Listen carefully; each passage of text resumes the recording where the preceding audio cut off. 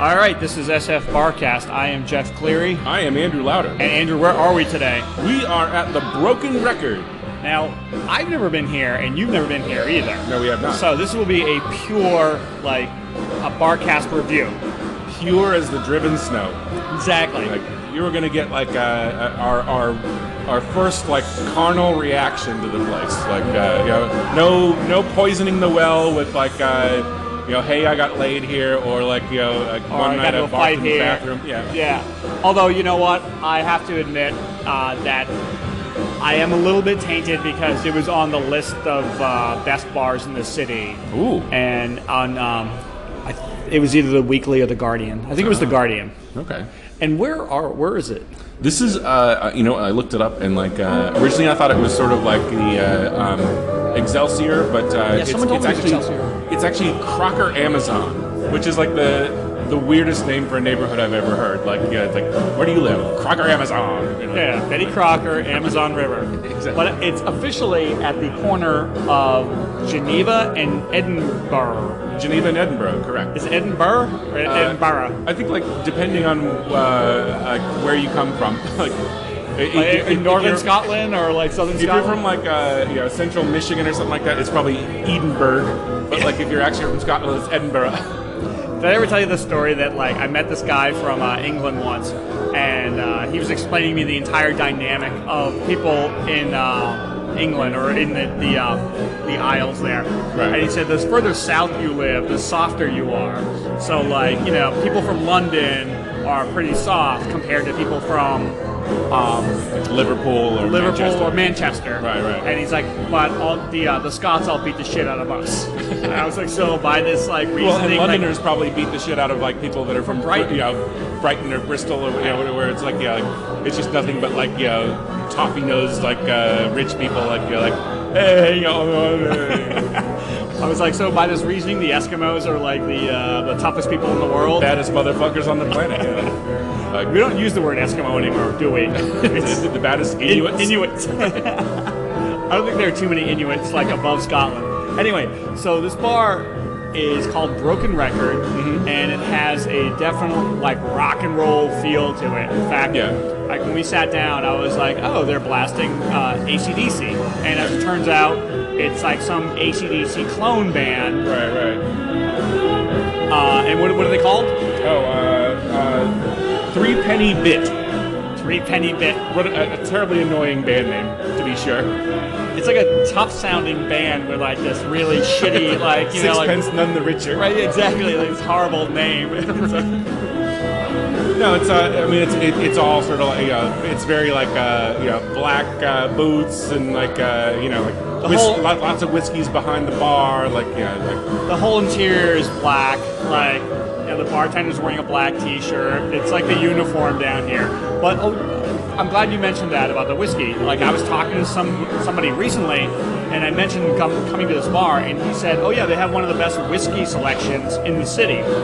Now, there's this like rash of like whiskey bars in San Francisco right now. Right. And for the most part, like the drinks are good, but the places are fucking intolerable. Like Bourbon and Branch. Right. Is that Alembic? No, Alembic for sure. Like Churchill's, which I think is like owned by the same guy as this. Oh, right. But you get like a Bully bourbon room or whatever like downtown. I mean, like it's funny because like when you like go into business like as a whiskey bar. Like you sort of have two choices. Either you can be like the like high class like velvet like lounge like sort of like a whiskey bar like where everything's like ridiculously expensive and you have to use a password to get in, or you can go like the sort of like rock and roll route where it's like exactly hard drinking bourbon like bicycles. I feel like this one is the latter. Like Bourbon and Branch is like that sort of like precious shishi speakeasy whiskey bar that like a lot of like rich people come down from Nob Hill to go to, but this is more like a whiskey bar that drunk Jim Morrison like sang about, and probably puked in the back. Good for Jim Morrison. But it also like has a huge kitchen, so we haven't like sampled that yet, but we will. And we'll definitely talk later about because like the kitchen itself, like has been featured on a couple of different local television programs and one national television program. So it's like they've definitely got their money's worth as far as publicity in the media for this place. So this is totally like a recurring theme. Every bar, we think it's like a dive bar, and they've got like some high class kitchen. Exactly, yeah. In San Francisco. I think it's the price you pay for living where all the chefs want to live. Is that I'm sure a world class chef would probably rather work in a dive bar in San Francisco than work for a nice restaurant in Oklahoma City. My apologies to Oklahoma City. Oh my God, we just lost all of our Oklahoma City listeners. Let me adjust that to Tulsa. Fuck Tulsa. Yeah. That's what I meant. Yeah, exactly. But they have a pool table here, which is good. And I saw a dart board on the other side. Right. And a couple small TVs. It's not really a sports bar per se, but you could watch the game here if you had to. If you had to. Right. Well, they have the Sharks game on right now, so I'm assuming that they, get. I mean, it because of the location. I feel like they have a neighborhood sort of clientele. Yeah. Although probably like everything else in San Francisco, on the weekends people come in for it. Yeah, I Especially would never have ever thought to come to this neighborhood, but this place does is sort of getting a reputation, and so this might be a destination spot for people to come on the weekend, just sort of get away from it all. If you had a car and you got down here, it would be pretty. It would be a place to go to. I mean, it's not an easy place to get to if you're a commuter. Totally, yeah. Or if you're riding your bike, but if you already live in the south or middle bay or whatever, if you're already stuck here, exactly. if the car gets a flat, if you're in San Mateo and you're tired of going to San Mateo places, this would be a good option if you didn't want to go all the way into the city and deal with that. It's I'm trying to I'm gonna totally show a little bit of my ignorance, and honestly, when we were driving down here, I was looking around and I was I've lived in San Francisco for 20 years, and I was where the fuck are we? Well, I love that on Wikipedia, looking up the neighborhood itself, the Crocker Amazon Wikipedia page. Obviously, it's just one person that edited it, and it's real super short, most of the Wikipedia town entries are. But the one thing that it makes sure to say is that Crocker Amazon is basically a more affluent version of the Excelsior neighborhood. So it's basically this person just took it upon themselves to shit on the Excelsior, and it's I want my property's values to go up, so I'm just gonna go on Wikipedia. And, that's that strategy where it's I can't say anything nice about our place, but I know a place that sucks worse than us. It's no, this is right over Excelsior. There. This is Eastern Crocker Amazon Excelsior. I don't live in that shithole. What do you take me for? But correct me if I'm wrong. So this is what my impression is. Are we halfway between Mission Street and the Cow Palace? I think we might be. Yeah. Okay. Yeah, it's once you go all the way down Mission Street and hit Geneva, and everything starts to sort of change into Daly City, you sort of bang a left on that, and then you're sort of in this whatever nightmarish hellhole we call Crocker Amazon.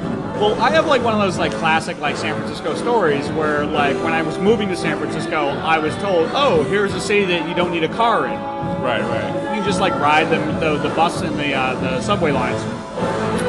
And that's what I did. I came here, and through the good graces of my roommate who totaled my car, I became a regular commuter. But the thing is, there are some neighborhoods you just never get to if that's your case. Yeah. Well, I think in almost any place, if you people with cars will determine their own favorite neighborhoods, so they can feel superior and and do all that. So far so good though. Yeah, so far so good. All right, you ready to take a break? Let's take a break. All right, this is SFBarkast, and we are at Broken Record. All right, this is SFBarkast, and we are back at Broken Record. The Broken Record. In the Crocker Amazon. Crocker Amazon. represent. You don't see too many like little gang guys being like, "I'm Crocker Amazon to the core." Fuck you, Excelsior. Crocker Amazon. Andrew, we have a guest today because our listeners like the guests, and also because he's a great guy. Build me up. Build me up. We have no actual. Like, he's a culture blog extraordinaire. Please say hello to Mr. Kevin Montgomery. Hey. Welcome to the show. Thank you. Now, Kevin, you are also a masshole like myself. I am an asshole. Right. And I've often said that, like, after like years of living in San Francisco, whenever I meet somebody from Massachusetts, I just go, "Oh, really? How fucking original!" Because there's so many of us out here. It's like between like Massachusetts and San Francisco, it's like the Underground Railroad of people who are trying to escape their parents. You can't go any further.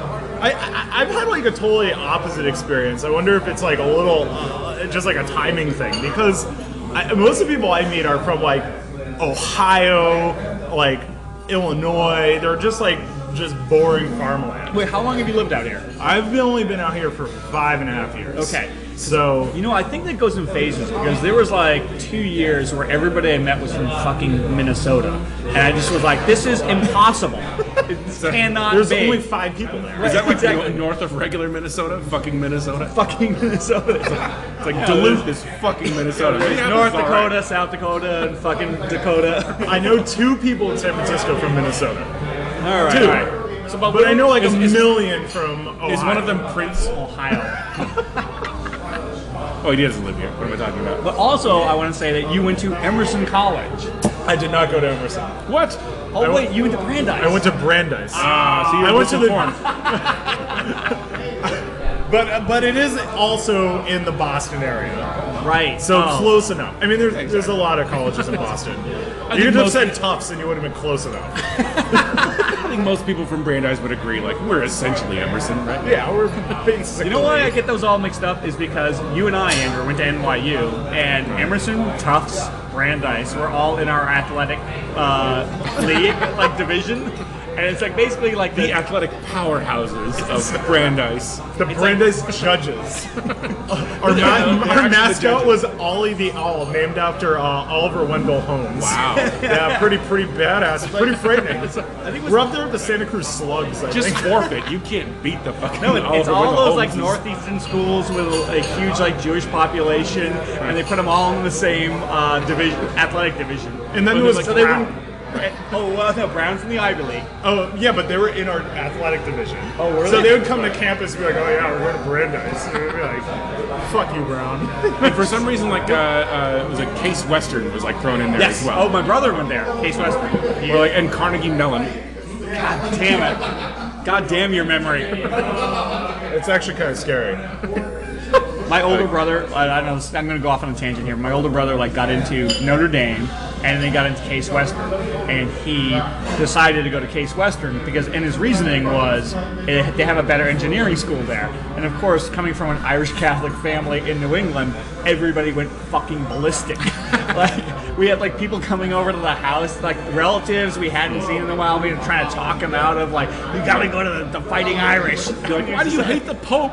What are you doing? Like my poor brother, he's like the only one making a goddamn rational decision, and the whole family's just like, no, go to this lesser school.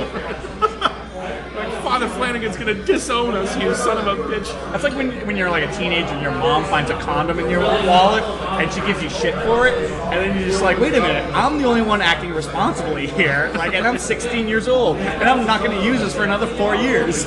Case Western, the condom of universities. Well, that's the point I was getting at. Your point was your brother went to a shitty college. My brother, Or no, sorry, didn't go to a didn't shitty go college. to a shitty college. So okay, so like, this place has like a pretty incredible television presence that I discovered while like looking into it. First and foremost, this place was featured on Guy Fieri's Diners, Drive-Ins, and Dives. All right, so we'll see you next week Strike on one. SFBarkast. And Jeff just flipped the table over and walked out. How weird. So I can piss on the floor? Is that what it is?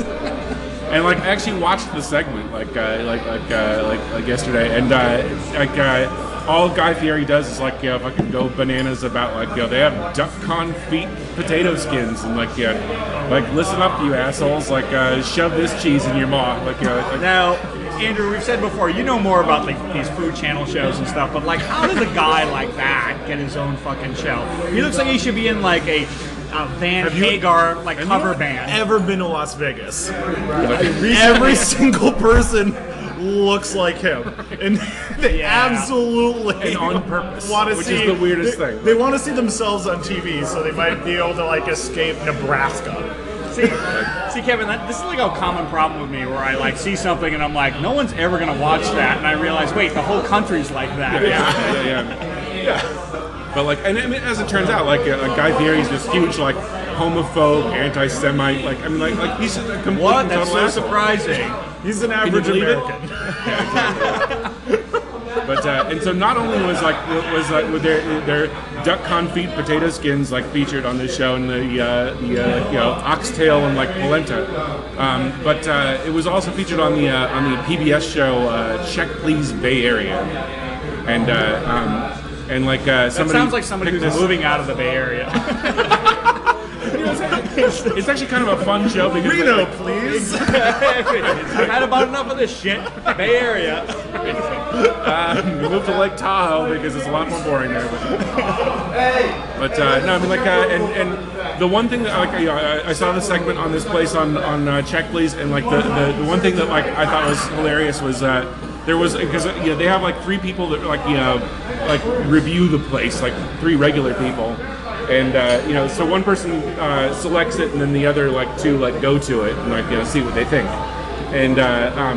And one of the guys that went to this place, the thing that he was most horrified about was that he asked for like their best like wine selection, and like and they came out with like a screw top wine that like was the only thing that they had, like, and he was so offended that like oh, I walked into this restaurant and they had the nerve to like give me like just like pedestrian wine. And like the 3 of us. My wine came from a box. It's like, I can't believe it. Which is like, but if there's some bars in San Francisco where if you had box wine night, the place would be wall to wall people. Like, Absolutely. It's like, but that's one of the things that we are afforded to make fun of in San Francisco is just like some of the preciousness of the people that live here. Like, I went to a Giants game the other day, and I've been going to a lot of Giants games, a lot of A's games, and they're like total like night and day. And like the A's game, it's a bunch of like mischievous little kids like running around trying to get into trouble. And at the Giants game, as a friend of mine described it the other day, they're the new Red Sox, so it's a bunch of like rich white people. Right. And I was at the A's game the other day, and you know how like they don't like it if you go to your seat while there's a batter in the batter's box? Right. Like, I broke that rule and had to ask this lady if I could get by, and she like kind of gave me this like dirty huff. And I just like really wanted to lean over and be like, lady, people fly. It's a fucking ball game. Right. People fly airplanes into skyscrapers nowadays, okay? Find something better to be upset about. But that's your reaction to everything. Like, whenever anybody like tries to prevent you from going somewhere, you bring out the 9/11. Exactly. Listen, bitch, I'm sorry I'm blocking your view for seconds. Yes, officer. I was speeding, but people are flying airplanes into buildings these days. Because baseball is such an action-packed game that you can't miss the random like throwback from the catcher. Oh my God, that looks Look great. out. Careful, the dish is really hot. All right. Okay. So Kevin, what did you get here? I just got delivered. Well, First of all, don't touch the dish. It's hot. yeah, the dish is super hot, so I'm not gonna touch it. So they have a bunch of salads on the menu, and that's about all the vegetarian food.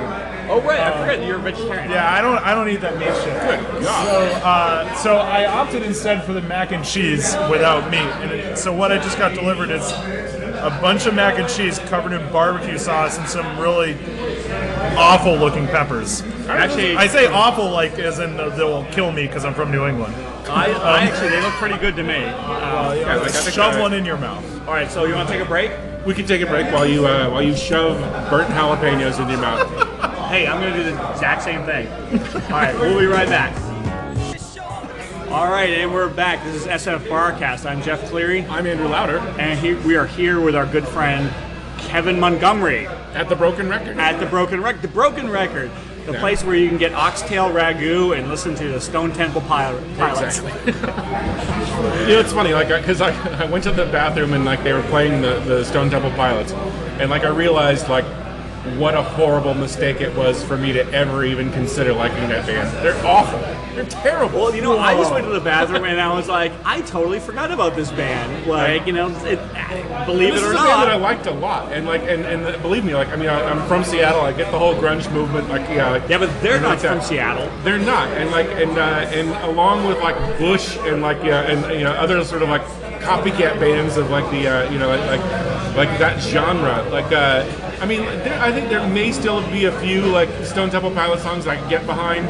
But the one that they were playing, like, which I can't even remember now, like, was horrible. Well, let's go to You Kevin. guys are missing a key component, which is being in 6th grade when their album came out.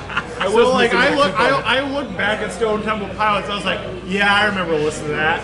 You know what? I was I don't know, still had pimples and shit. See, I'm awesome. like 23 going, yeah, these guys are all right. Like, yeah, and that's just unforgivable.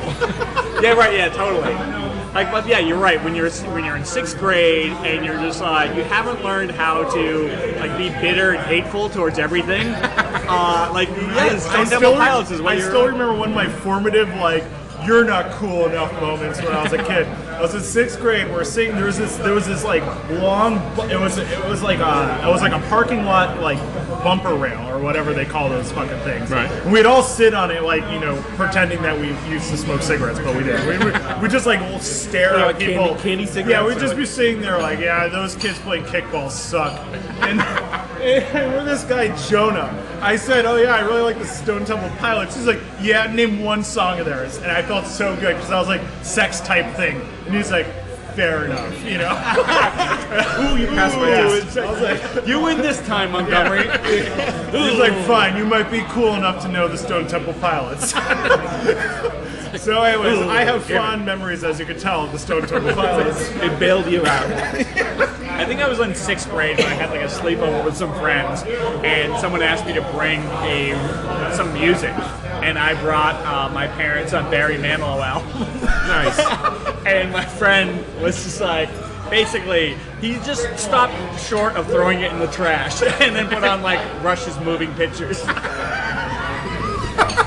I sort of remember a similar experience where like for it must have been like a maybe 12th or 13th birthday, and like and I got like a Celebration by Kool and the Gang, like fuck yes. and like and that like changed my whole world. I was like, oh my god, you can celebrate good times.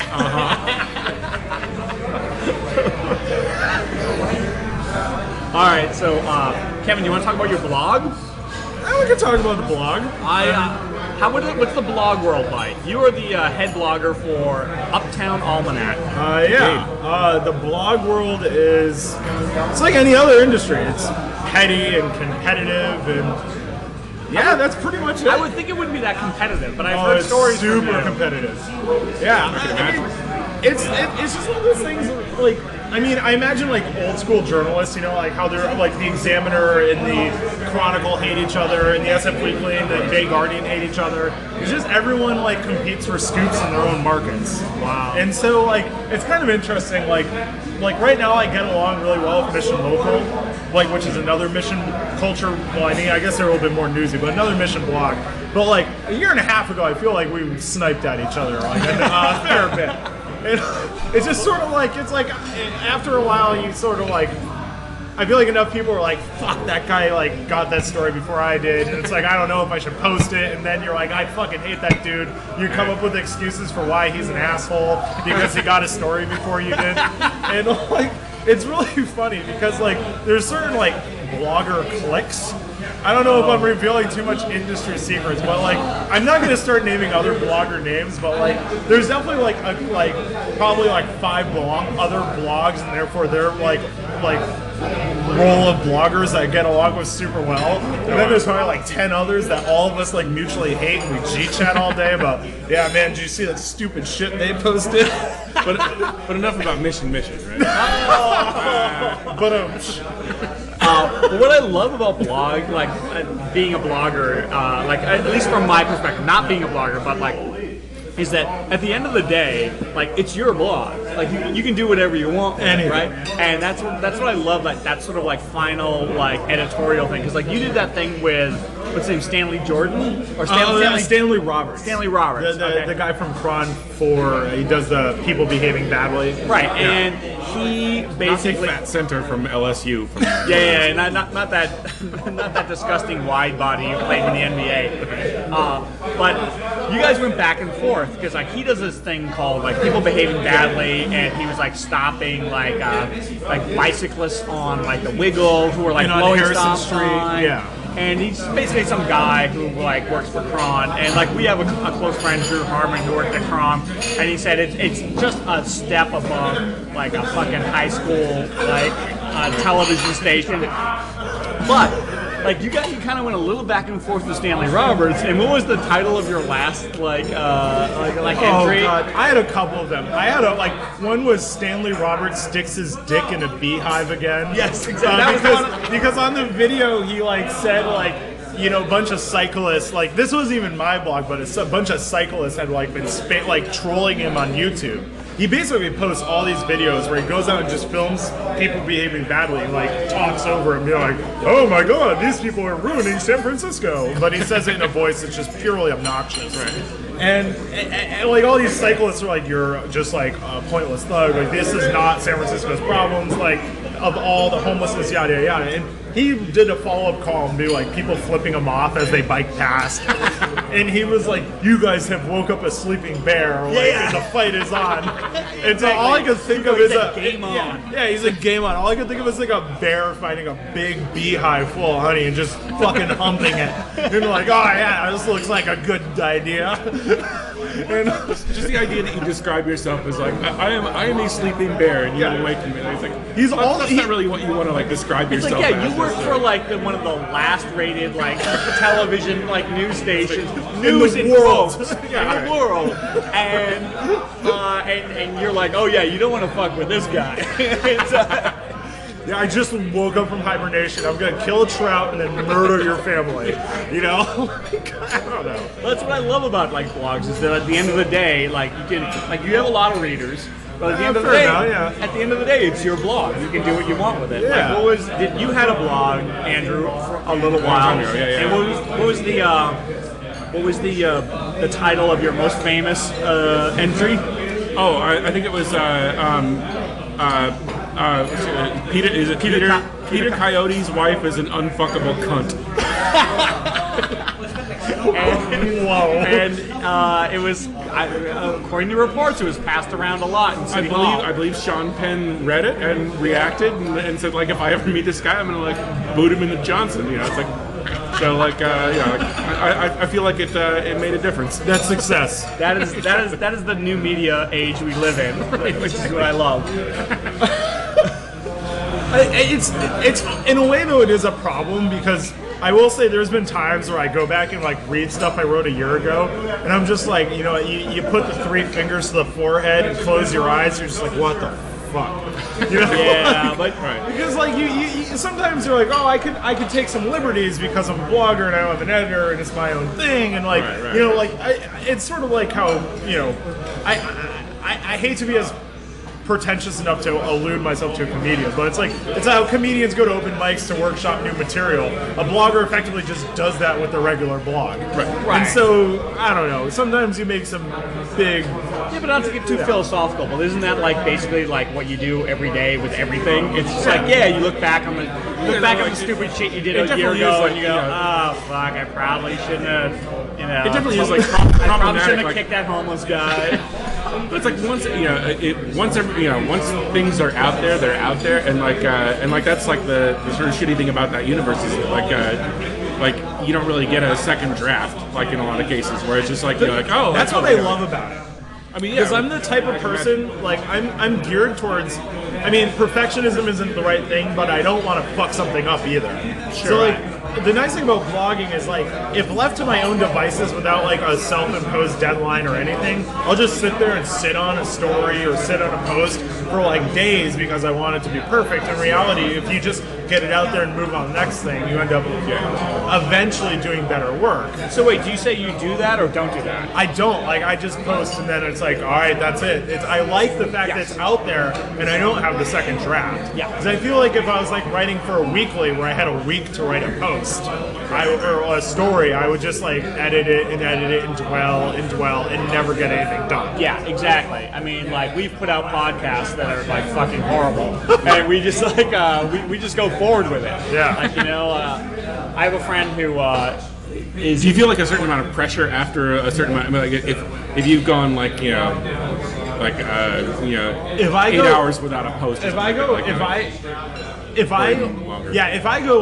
if I basically go like 18 hours for like 24 hours, I start to feel like I'm like fucking up. Absolutely. Yeah. If it's something I don't do every day, maybe excusing like Saturdays, because like who the fuck's reading blogs on Saturdays? But like oftentimes, hungover people. because fair. I feel like hungover people are watching Netflix these days. Blogs have been sort of replaced by Netflix. You know, Thank God. So, thank God. Yeah. But like, you know, like especially because I have a day job, by like Thursday or Friday, I've like been fucking off enough all week that like, oh shit, I gotta actually do my work now. And like, I usually don't post as much on those days, and by like Friday, I begin to have this like reverse guilt, where like my guilt initially was I was blogging too much, so I gotta do my work. By Friday, I'm like, oh, I've been working too much, so I gotta blog. But it's still fun, right? Oh, yeah, Like, yeah, obviously. It's not like, I mean, you're talking about it kind of like it's a job, like, but it's Yeah, like, but you it's know, the job you want to do, not the Right, job that you're yes. paid to do. Yeah, exactly. And that's the key difference. Like if it was left to my own devices in a world where I had money, I I would just blog. But because I don't have money, I have a job. Right. Well, excellent. Yeah. So do you want to take a break, or do you Let's do that. anything else? or- Sounds good. Oh wait, here comes some more Perfect food. timing. Oh, what do we got? Wait, what do we got here? My eyes are going. Oh, no problem. Those are the pork wings. Pork wings. There we go. Pork wings. We'll be right back. All right, we'll be right back. Okay, and we are back. This is SFBarkast, and we are at Broken Record in Crocker, Amazon. So we just went and got some whiskey because, like, you know, someone told us that we were like, this is a really good whiskey bar. And I think you said that in the first segment. So he got. so this is the thing. You told me to go get Bullet Rye, and so I went up to the bar, and we're going to talk about the bartender. I feel like the bartender's a little surly. Yeah, it seems a little bit. Yeah. Okay. Seems like he hates everything. Well, he definitely hates me right now. So He has good taste, at least. I go up to him and I say, like, okay, I want to get a couple beers, and I was like, my friend wants to get like a Bullet Rye. I was like, do you like that? I was like, what's your favorite like whiskey here? And he goes, George Dickel. And I was like, oh, okay. And he looks at me and goes, put Dickel in your mouth. And I saw that's on the fucking chalkboard. Right, so he looks at me and screams like, put Dickel in your mouth. And I looked at him and I said, I'll pay you extra if you slap me with it. And he looked at me like, oh, that is totally out of bounds. I was just like, wait a minute, you just made a dick joke, and I just made a dick joke, but like suddenly like... Did you not know that was a dick joke coming into it? You're like, Right, put Dickel in your mouth? put Dickel in and around your mouth. Grabs the bottle and hits you in the head. He's like, I was talking literally. You're talking about gay porn. Hey, let's watch the dick references with the George Dickel. This is a dive classic bar, place. sir. Yeah, exactly. Hey, we try to maintain a respectful environment here. Guy Like, you're Fieri's ruining been here, okay? Watch your mouth. I think I just one-upped him. He was like, you know, like, I got the best dick joke of the night. And then so I just showed up and said, sorry, dude, there's a new alpha dog in town. And he was just like, fuck this guy. I may have to fight him on the way out. Of course, as is the custom. As is the custom. So you like the George Dickel? No. Yeah, it's great. Well, they have it on tap here. So the only time I've ever had Dickel before this, and this is my first talking about virgin In your Dickel. I'm talking about the whiskey. We're never going to get over this. Yeah, no. So the first time I've ever had a whiskey Dickel in my mouth was doing picklebacks in Brooklyn. where you know where you do they basically have like pickle juice, usually artisanal because of course. Yeah. You know, why wouldn't it? And then you know you do a dickle, and then you do a pickle, dickle and pickle. Right. And it's actually Hilarious. pretty good. So now I've just had the dickle with no pickle, and I feel like Honestly, there's where's the climax? So like Mosto Total or gay porn. Like this is our gay porn episode. is it Mosto or Tacolicious that like is really into the picklebacks now? Like that's sort of like we should talk finally about sort the of coming pickleback. into. There's a lot of picklebacks around. But Okay, so- the Parkside, Okay. recent Barcast bar. Okay, so the first time I've ever had a pickleback was with you, Kevin, and what's the theory? No, it was over at Vendors, right? Vendors has picklebacks now. What's the theory behind picklebacks? Well, I think that it takes the burn out of the shop. They also say that it helps hangovers. Yes. Now, I'm not an alchemist, so I don't understand how that works, but you know that's one of the claims. I knew And you can't make gold out of base metals. I know. I knew a Russian guy from the Richmond who told me that if you never want to get like hungover before you go to bed, eat a pickle. And I was like, all right, this is America now. Like this isn't like St. Petersburg. Okay? But There's lots of good advice for hangovers. Actually, there's no good advice for hangovers. I don't think there is. Do you have any advice for hangovers? fuck no. I don't think there's any way to get around it. No, there's no advice. I guess the advice is like either don't. I guess my major advice is just keep drinking in the morning. But that just doesn't seem very healthy. No, So that could lead to unemployment and other I things. guess almost immediately.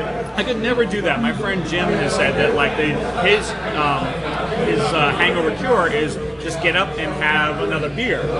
And like it's a hair of the dog thing. And I was like, you know what? I'm too much of a behaviorist because in my mind, like I'm like, okay, this is the reason why I feel this way. I'm not doing it again. Yeah. You know? I guess I'm the kind of guy that chugs water before I go to bed. I generally find that does me a lot of good. I feel like that's the only way to get away around it. So it's only preemptive, unfortunately. Otherwise, like, although I will say, also because it's the Masters is going on right now, I just want to say, like, if you have a chance, if you're hungover and you have a chance to watch golf. Now, I don't like golf, but if you have a chance to watch golf while you're hungover, it is awesome because everybody's super quiet. And like it never gets totally rowdy, and you just get all these like little nice. There's little something very golf claps. soothing about well manicured, like sort of fairways and stuff like that. It's like I feel like I'm gonna throw up, but wow, like look at that green grass. Right. It's all like super soothing until you realize that the people who are playing like the biggest like country club assholes in the world. Right. We should talk about this mini golf bar.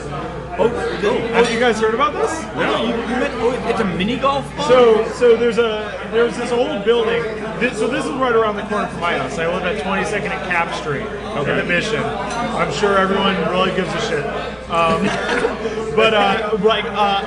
Walking distance of Humphrey Slocum, so it's great. Yeah, well, yeah, it's perfect. You know, secret breakfast all day, dude, every day. But half a block from where I've been living for the past whatever years is going to be a mini golf combination cocktail bar combination restaurant. Wow. Wow, that really. Sink your teeth into that. And is it going to be And like? it's being designed by the same guys that do Mission Bowling. Oh, okay. And That makes sense. And the Trick Dog cocktail bar. Okay. I was just gonna say, like, is it gonna be like Mission Bowl and have like a $25 hamburger? Yeah.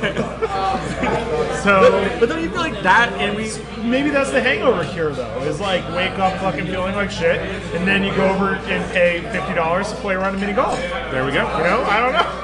Not a terrible idea. That's the way to go. Because like we were talking about how like in the Mission, like the strategy for food is you take cheap food and you make it expensive, right? Like mini golf should be like $6 a round. It'll probably be like $20 a round. And you should be 16 and on the most awkward date of your life. Like, the last time I was in Portland, Oregon, like there were like downtown, there was like a mini golf like underground. Like it was like you go like 3 flights of stairs underground, and like all of a sudden you're in this like glow in the dark mini golf course like that like went on forever, and like It's like this mini golf fight club or something like that. Exactly. It's like, at the time I was like, this is a great idea, and then I was like, well, this is like the most like space intensive like how expensive would this be to like recreate in like San Francisco or something like that? You would have to like you have to take something that is like easily accessible to everybody. Well, presuming you live on the highway in suburbia. Right, and then make it cool. So you put it underground.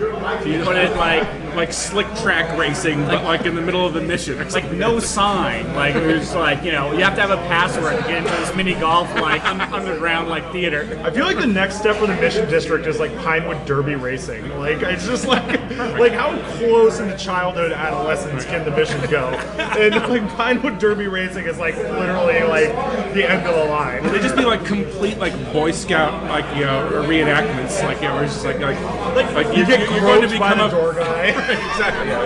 Well, like if you were like a psychologist and you were gonna do like a personality case on like people who live in the Mission, you're just like you just go to like and see like some fucking like 40-year-old guy who has never had like a serious relationship on a big wheel going down like Potrero Hill, and you're just like, yeah, like I can write a whole fucking thesis about these assholes. I don't know, but like, part of me, like, I want to not be cynical. I mean, I'm inherently cynical about a mini golf course with a bar. But like, part of me, like, wants to be like, yeah, this is awesome. Like, it's so nice that someone's opening a bar that's just not like every other bar in the neighborhood. Yes, you're right. Someone is like and this is something I've talked about with you, Jeff, privately. Jeff and I have been going to Gestalt a lot to play pinball. Yes. And pinball about like 6 weeks ago unveiled like 5 pinball machines and a big buck hunter machine. Right. And like all of a sudden, it just like in my opinion, transformed this as like an ordinary like whatever the fuck forgettable bar into like the place I want to go 3 times a week because there's just like they're doing something different. Right, and I feel like someone who like wants a mini golf course in their bar, like I got to give them a little bit of credit because at least they're trying to be somewhat unique. Right. Exactly. I mean, you are totally right, and like I'm just like making fun of it because it's like super easy and fun.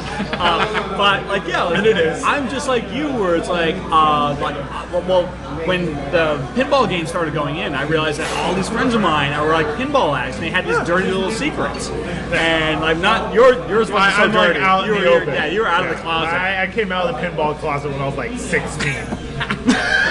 But it's like, yeah, like now you go to like Gestalt, and it's hard to get on one of their 5 tables because there's so many people who want to play. Oh yeah, dude, it's a draw now. You can see that bar is visibly more crowded than it used to be. See, now if you just add like pork wings and vegetarian mac and cheese, you're all set. Or oxtail. Throw some oxtail in there. You guys should. Oxtail ragu. and STP. Some big ragu.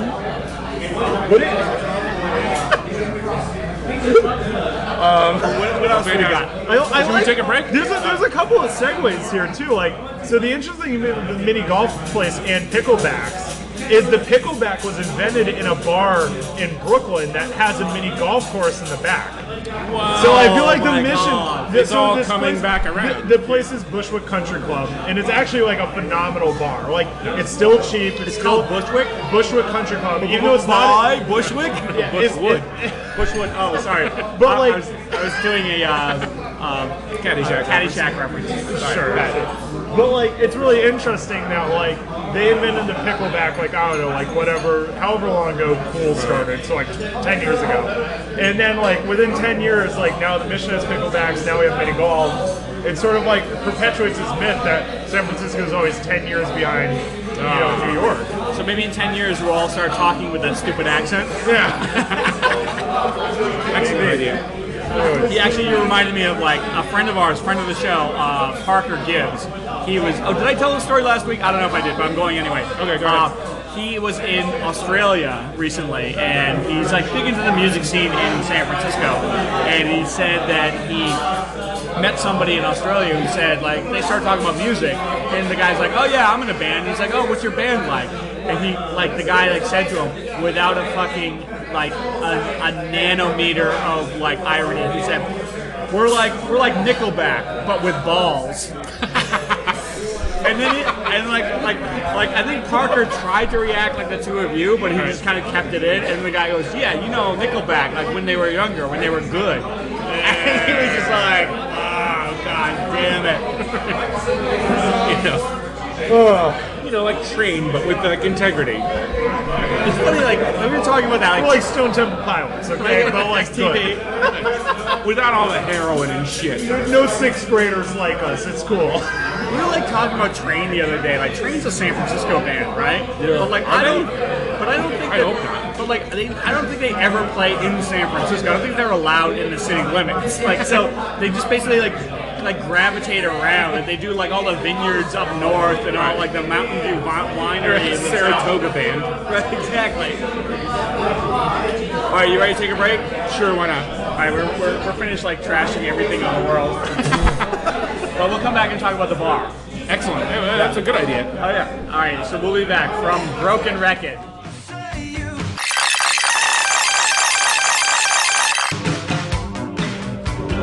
All right, this is SFBarkast, and we are back at the Broken Record. The Broken Record. And we were Rock Amazon. Amazon. Rock Amazon in the house. A lot of Almost Daly City. A lot of Boston immigrants here. So we just saw like somebody like carrying basically like a gumball machine full of beer down to the back. I saw the guy order it, and like the bartender asked like, how many like glasses do you want with it? And he looked up and said glasses. Okay, so you have to explain like what it is. So well, this bar like it's not just pints. They got pitchers, but they also got this like giant tube of beer, Big I've never PVC seen pipe this. full of like fucking with beer. a spout. Right, yeah. It's like if you ever go to like the discount movie theater and they have like these long like tubes full of like candy, like that's what you can get here, full of beer. And then you bring it back to your place, your station, and then you just like suck out of it. Exactly. Like, and you try to forget that you spent like $20 on appetizers. Like, it actually like kind of seems like something you would get like if you're like in a Vegas casino and some some like big tough guys like walking around with this like fucking circus like glass with like a crazy straw wheeling around this tube of beer like on a dolly. He's just like, yeah, I got this over at Nome, and it's got like I don't know, little pellets in it. The sad part is I'm that guy. Last time I was in Vegas, I bought like the $40 guitar garita. And like, all right, so what is it? It's literally it's a hollow plastic guitar, and of course the guitar is pink, because like what other color would it be? I just love the word guitar garita. Yeah, it's a guitar garita. It literally has like one of those like yard long bendy straws sticking out of like I don't know whatever the body of the guitar is, and then you're holding the neck like pretending like I don't know you're AC/DC and you're fucking just sucking down margarita. Just like getting plastered. Hitting the wah-wah pedal to get like some extra like fucking shots in it. Like, yeah, so everyone's like wah, and drinking their guitar. Anyways, you literally order one of these things, you instantly transform into a douchebag. But like it is. I think when you get off the plane in Vegas, it's sort of like someone clicks their heels together and you just all like spike your grenade like shaped like alcohol beverages. Where do you get that in Vegas? Is that the Hard Rock? Oh, dude, I got it at the Planet Hollywood. Oh, okay. Yeah, of course. Are those still around anymore? In Vegas. Yeah, like the hotel is. I'm not sure if the restaurant is. Anyways, it was an impressive amount of beer. I would like. Oh well, all right, whatever. So, what are we talking about next? This is, by the way, our listeners understand that like towards the end of the show we're a little slippy, and we're just like. I noticed you sort of like mesmerized out there for a while. You're like, okay, like so, and then. I guess a little backstory here is before when you guys were trying to get me to come on the show, you wanted me to come Bender's. Yes, right. Bender's is like my favorite bar. And we're going to do Bender's. Eventually. Well, well, Bender's is like 3 blocks from my house, and they serve a lot of good veggie food and a lot of good vegan food. And as a vegetarian, as previously bitched about, As a vegetarian alcoholic. yeah, well, I mean, I don't like to throw around that A word too often, but like as a vegetarian who enjoys PBR and whiskey And George Dickel. and Dickel Dickel to the mouth. Dickel in the mouth, sometimes slapped against the face. I guess it sounds like that's the thing. I go to Bender's quite a bit. Anyways, like this, I wanted to just not go to Bender's, and this bar is basically like Bender's, just not in the Mission. Yes, Exactly, absolutely. yeah, It's- yeah. It's got Like, I the would- same like color scheme. Yeah. It's got like a really good grill. Although It's got more room than Bender's. I will say. It It's does like- Definitely more room. Yeah, yeah. And they have a dartboard. Bender's doesn't have a dartboard. True. do you remember what Bender's was before it was Bender's? It was Sacrifice. It's called Sacrifice. Yeah. Wait, And what was the like? Wasn't like? Oh, but it was something before that as well. Well, there was like It was a time that was, like- Latino bar before that. They were like one of the original gentrifiers. Yeah, yeah. But like, it was also an Australian like surf bar for a little Well, while. I think that was part of that's Bender's. right. And like I think it was called Bender's, but it was like the whole scheme was like we're gonna be like Yeah, yeah. I feel like that Energizer was battery. Yeah, it was gonna be like a Australian surf bar, and Right. then I think they probably sold it to somebody, and they just kept the name because Yeah, there's a the lot bar- more surf shit in there before whoever owns it now. Yeah, it's so the bar. All I know is it's named after a guy whose last name is Bender. It's not named after the Futurama character Right, like right, everyone right. It's not thinks. named after like sort of something like, you do when you're drunk all the time. Yeah, but it's all fitting. But like, apparently, Sacrifice was firebombs by an anarchist. They actually Yeah. what they've told me is an anarchist was like, "Fuck this place, is gentrifying the neighborhood," or whatever the fuck, and took a Molotov cocktail and threw it in their window and incinerated the place. Yeah, yeah. Yeah. Makes sense. Yeah, was- obviously. and it was used to be. The rumor was it was owned by one of the guys from that band, My Life with the Thrill Kill Cult, which is like one of Oh, I those. remember like, that. Yeah. They were I like remember this hearing sort that. of like kind of gothy like metal band. Yeah, And yeah. I remember like being there one night and talking to the bartender, and the bartender was like, "Yeah, I'm like a studio guitar musician." And these guys like asked me to come on stage with them, and I didn't know what they were like. And so like I'm just there like backing up all their music, and like they go on stage, and then suddenly they're spouting blood all over the place. I was just like, oh yeah, fantastic. And what's your point? And the problem is, But like this, I mean, I don't know. This bar's got a back patio that seems good. Got a kitchen, Yeah, totally. pool table. yeah, you know what? Whiskey. We should probably start talking about this bar instead of bar. Bender's. Well, Well, it's very, it's very, 2 miles away. It's like literally identical to Bender's, except for I don't know, You know, when- just not as much When we do metal a music. podcast from Bender's, we can talk about this place. We like to keep our listeners on their toes, so they know exactly what the fuck we're talking about. That way we can weed out non-fans when they say oh, I really enjoyed the the Broken Record. Like no, you didn't, because you heard the one that was all about the fucking Benders. Obviously, you have no idea what you're talking about. Get out of here. But you're totally right. I like the color scheme and everything, especially in the front. Although they have like these 2 big windows in the front that gets a lot of light. Which at Bender's, I feel like light is not your friend. But I feel like most people aren't going to Bender's or Broken Record during the day.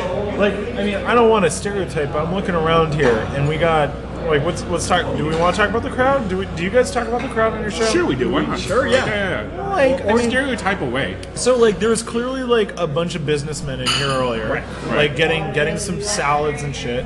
There's Exactly. currently a group of Buttering up some some possible investors, it looked like. Right. Yeah. Absolutely. Can I actually? You know what? Can I tell you what I think was happening right over there? Okay. We're talking about a very large table where everybody was eating. Loudly. And we are right down the street from the Cow Palace. Okay. And a couple of those guys were wearing San Francisco Bulls shirts. Oh. So I am I'm assuming they're all going Wow, to what the kind San of, like- Francisco Bulls game. What kind of bullshit terrible business is hey, come on over here from Japan and we'll take you to a San Francisco Bulls game. You want to see a minor league hockey game?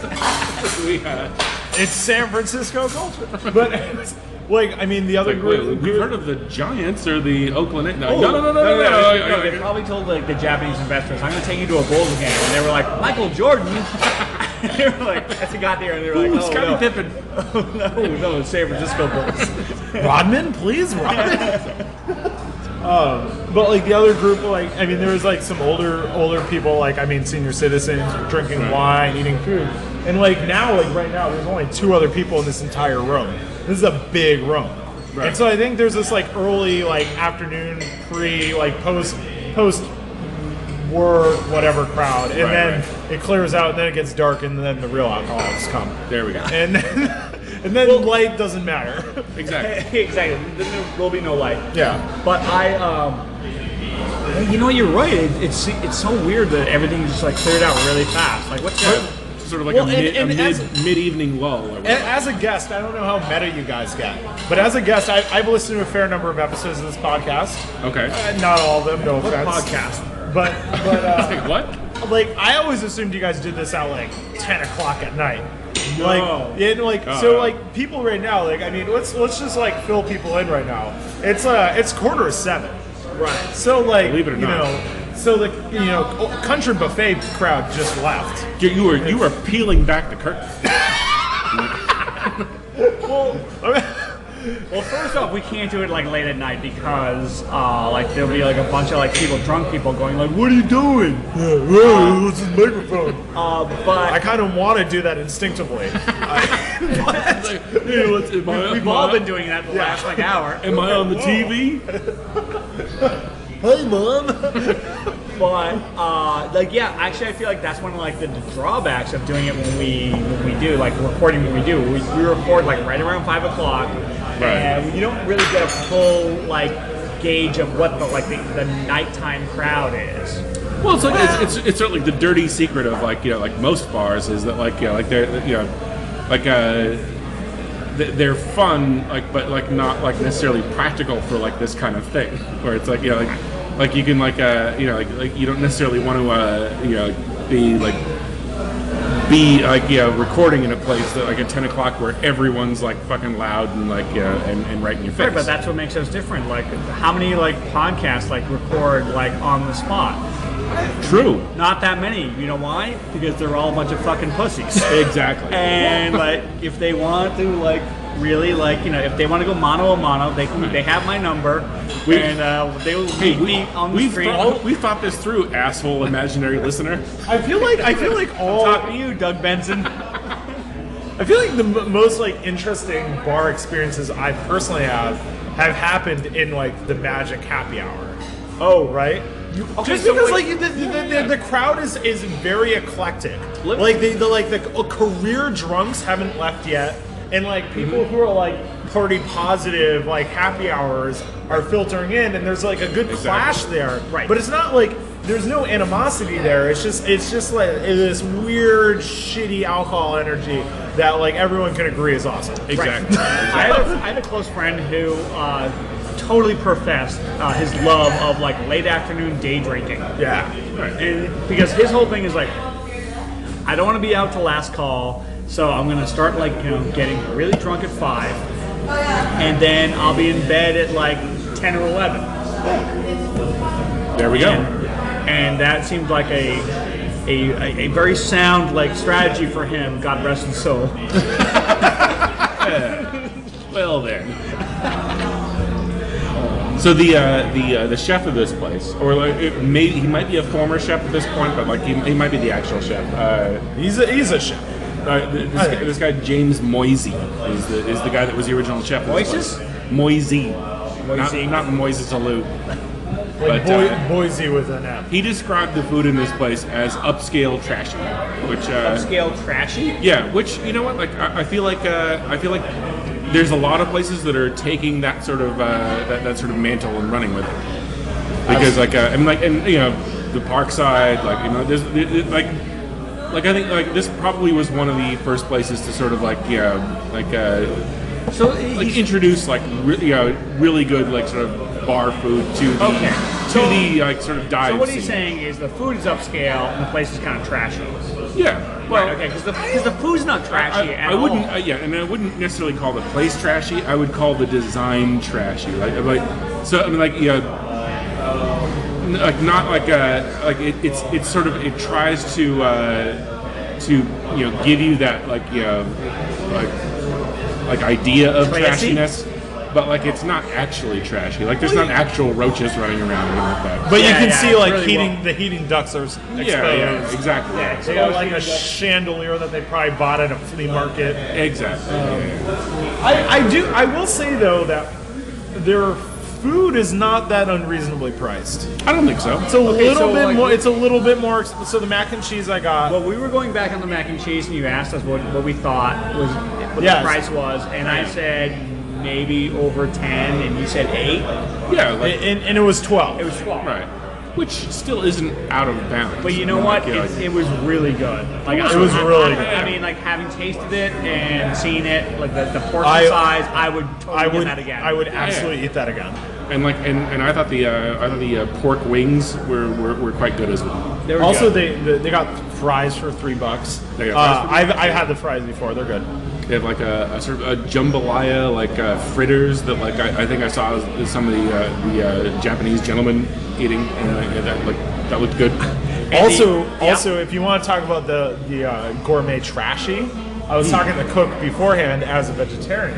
Yeah. I was asking because like there's not much vegetarian on the menu. Right. Like I saw the cheeseburger. I didn't want a salad. They got a couple of salads that are vegetarian, but I was like, I don't want a salad. Right. So I asked him, can you make the cheeseburger and a veggie burger?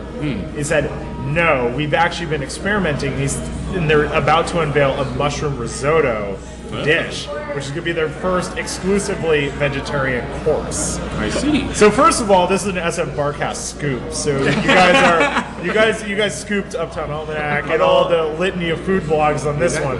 So congratulations. But second of all, Suck on that, food I also bloggers. I love that they're saying that like we've been experimenting with putting a veggie patty, like it's like the Manhattan. No, not a Project patty. of We've like lost menus. We've lost 3 good cooks experimenting. We brought some people back in from New Mexico, and they're gonna bring back their findings. But anyway, so I feel like that's probably a turning point. Like that's literally when they have the vegetarian option on the menu that all the the really cool people can say that's when the broken record was over. So we're here 2 weeks before the end of the broken record. Before the vegetarian option came on the menu. We should run out of this place before it collapses in on itself. Something makes me feel like that they will not go under after the vegetarian options go onto the menu. Oh, there are some bars I feel like, if you went and you asked for vegetarian food, like they would look at you and be like, that shit is for talk shows. No, Get the that fuck happens out. all. No, it's not. They don't even say that. They just look at you. They don't. They have no response. It's just like eyes. It's all eyes, and you just back away and just excuse yourself from the conversation you initiated. You lay your gun on the floor, walk out the door. I'm so sorry. Yeah. Here they engaged me, so it's clearly a safe environment. Kevin, being a vegetarian, can you imagine living anywhere? I mean, I feel like here, you can go to Boston was super easy as a vegetarian. It was easy? Okay. Boston was easy. Oh yeah, But if you go on a road trip across the country, what do you, is it all fries for you? Anywhere that's urban, no problem. In fact, actually, I would say the biggest problems are when you go to proud red states. I remember once actually. So a little known secret about me is I haven't done this in a few years, but I used to attempt to mountain bike across the country every year for 5 years of my life. Whoa. And I remember this clean as day. Because it was this thing, people can look it up. It was first called the Great Divide Race, and now it's called the Tour Divide. It's a mountain bike race that's 2,700 miles long. and it's self-supported, so you got to carry your own gear, cook your own food. So typically, what most people do is they eat prepackaged food, and then they just like carbo load and everything else when they get to a restaurant. And so, but like you go through the Rockies, so you're going through Montana, and so one of the cities I went through was this truck stop called Lima, not Lima like the beam, but Lima. Sorry, I messed that up. It's Lima like the beam, not Lima like Peru. Is what the waitress told me after I mispronounced it to her face. And After she punched you in your face. yeah, she just literally punched me with her face, and she's just like, anyways. So I look at the menu and it's just like everything else, and this is like one of the few times I've fallen off the vegetarian wagon. So I look at the menu and I'm like, do you have anything on this menu besides salads that are for vegetarians? She's like, what? I'm like, do you have tofu? What? I was like, do you even have tofu to put in the salad? She's like, what's that? Yeah. And I just said, oh, fuck. And I said, just give me the fried chicken. Because I was so fucking hungry. Because I literally hadn't seen a restaurant in 150 miles of this bike trip that I was taking. And like, that's what it's like for a vegetarian going through middle America. It's like you go into diners and they literally don't even know what tofu is. Right, yeah. Like I was going to make fun of you for being the one guy in Montana who's asked about tofu. Yeah. I mean moose? Yeah, I might as well have been speaking Japanese to her. Like she like had no idea what I was talking about. And yeah, I ate fried chicken and I didn't even like it. I just had to eat. I wolfed it down and then immediately took a nap in their parking lot. Did you have problems digesting it? No, I was hungry. Oh, okay. Yeah. Anyways, none of those problems here in San Francisco. None at all. Yeah, no problems at all. No problems. All right, so what's our like? Oh wait, do we have a few segments that we should do before we sign off? No. You know what? Like the pints are legitimate. Like absolutely. Obviously, they don't have dogs like allowed here because there's like so much food. Yeah, no dogs. Well, I don't know. Bender's has dogs allowed. Maybe they have dogs. don't. They can't Yes, have they dogs do. over at Bender's. Well, like in the back, maybe. Yes, officer. Bender's doesn't have dogs. Because we have a lot of cops that listen to our barcast. For all the narcs listening, Bender's doesn't have dogs. I haven't seen a dog since we've been here, though. No. And do we have no? Oh, gone but not forgotten. Oh, I can't think of anything in this neighborhood. Can you? This will be like we try to think of like things that used to be here but they're not here anymore. My only Like economic prosperity. my only gone for not but not forgotten for this place will be me after I leave. Fantastic. Cool story, Jeff. I was gonna say anybody that's not Filipino. Yeah, we'll delete that later. We'll edit that out. We won't. I'm sure Jeff won't. I feel like so Cow Palace is nearby. True. I mean, I don't know It's not really anything. gone, but- I've literally been to Cow Palace twice in my life. Once was for some dirt jumping mountain bike show. The other was for a Bulls game. I went to a But, San Francisco Spiders game there. So what's the Spiders? That was the That was previous, the previous- minor league hockey team. Like, no like shit. 10 years ago. I can be like, you know why it's called the Cow Palace, right? Because Yeah, you used to rodeos. they used to do rodeos. They used to like sell like cattle there. And I guess like I went to see like the Chemical Brothers and like Sasha and Digweed and some other like maybe like Paul Oakenfold there like back in like the raver days, and they put like Sasha or Digweed, I don't know which one, in like the sort of like Nobody knows. the side stage where like they would like the week before they kept all the cattle, so it just smelled like complete fucking like cow shit. So like people like dancing and everybody smells like cow shit. Well, one of the things I Or maybe remember, it was the music coming out of the speakers. I That don't could know. have been. I read Tom Wolfe's Electric Kool-Aid and the whatever that acid test, yeah. the acid test, and one of the big points of that book is like going to Cow Palace to see the Beatles. I mean, gone but not forgotten, the Beatles. I don't know, maybe.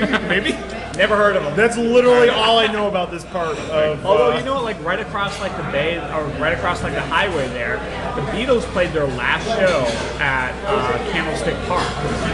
True. And so yeah, like, you know, The Beatles, gone but not forgotten. They're gone, but probably but not forgotten. No, probably not forgotten by I think that 99% of people. The drummer is kind of forgotten. What's his name again? Ringo. Oh yeah, Richard that guy. Starkey. So what's our like final take on this? Our final analysis of this game, on this bar. I like this dig place it? a lot. Yeah. Like you know, like the food is really decent, and Yeah. Oh, you know, by the way, like I'm gonna bartender's kind of a dick, but like I'm gonna bring this up with Kevin because like one of my favorite things when I was a kid is like when I was in 5th grade, everybody learned the word decent. So people would like say stuff like, "Oh yeah, that album by Rush is wicked decent." Decent. And mean, it's like, this place is wicked decent. Yeah, that album by Stone Temple Pilots, wicked decent. I was in the bathroom; they were still playing it. By the way, like a couple breaks ago. Well, you know, I Christ. noticed that they stopped playing it out here because, like, you know, they're probably like, "Hey, people have to eat and digest." So they can't listen to that whatever his name mumbling about whatever the fuck. like the early 2000s, like you know, where I was like living in Connecticut, like I got made fun of because I would anytime like somebody would like ask me if like I wanted to do something, I'd be like, yeah, that's cool, and they'd be like, wait a minute, use what? Use something? no, like I would just say like that's cool. What would they ask you though? No, they would ask me like you know, hey, do you want to go do something or something? Or like, do you want to go to this bar after work or something like that? I'd be like, that's cool. And they'd be like, haha, you're so California, that's cool. And I'd be like, what? Like why? Because like apparently cool was like not a word like used on the East Coast at that time. So like it was just weird. Well, anyways, my take on this bar is What? it's super cool. What? Oh my god. That is bullshit. Even the world like knows that is bullshit. Exactly. Now all I want to do is like another 20-minute rant about how much people from like the Northeast suck. Fair enough. But instead, we'll go ahead and like sign off. But we like this bar, right? Totally. It's great. Yeah, like I said, I agree with you, Andrew. The bartender's a little surly. You've got a great although I will say, supposedly they have a great whiskey selection. Right. But when I asked him what his best whiskey was, he just said George Dickel, and it was the one that he had like on tap. Right. So probably go with your suggestion, not like the jackass bartender who's like mad at you. And have some food here, and I think we're good, right? All right. Yeah. So for Jeff Cleary, I'm Andrew Louder. I'm Kevin Montgomery. this is SF Barkast, and we'll see you next time. Goodbye.